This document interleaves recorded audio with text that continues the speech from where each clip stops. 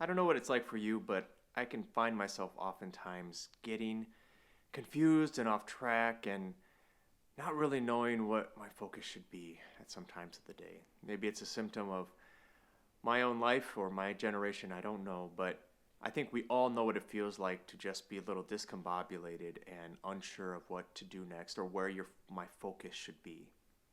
And I think that sometimes can happen to us when we are praying or when we're in the spiritual life. Like, what's like the greatest thing to focus on? Because if we go to church, if we listen to speakers, people preaching to us, there can be a lot of different topics mentioned, and we don't really know which one we should, what thing should I focus on first? Well, it is providential then that today in our gospel, Jesus is asked that question, more or less. He's asked by one of the scribes, Lord, what is the greatest commandment? So for us, we can hear like, what's the thing that I should be trying to do every day? What's like the great moral commandment for me?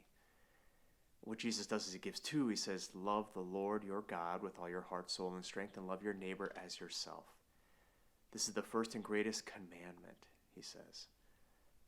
So that's first in the sense that it is the first thing we should always focus on, and also first in that everything that we do should come up from a place of love.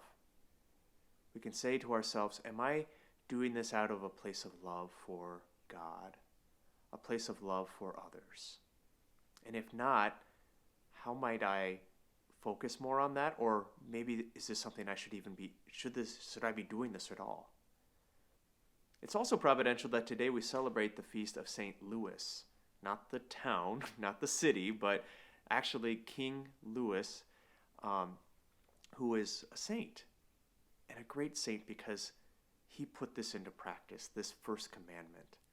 And we know that he did because we have today in the Office of Readings, there's a letter that he wrote to his son, a spiritual testament.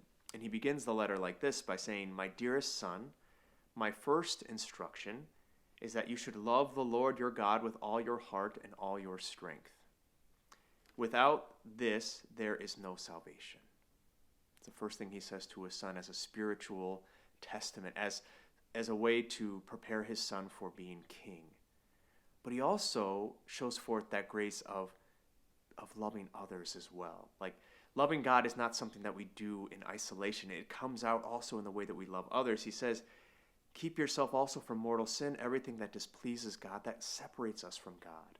But also then be kind-hearted to the poor and to give as much help and compassion as you can to them, and to always be there for your subjects. These are the spiritual principles that form the base of our spiritual lives. Our love of God. That love of God comes from knowing what God has done for us, that he has loved us first, that he has freed us from the powers of sin and death, and that he wants what's good for us.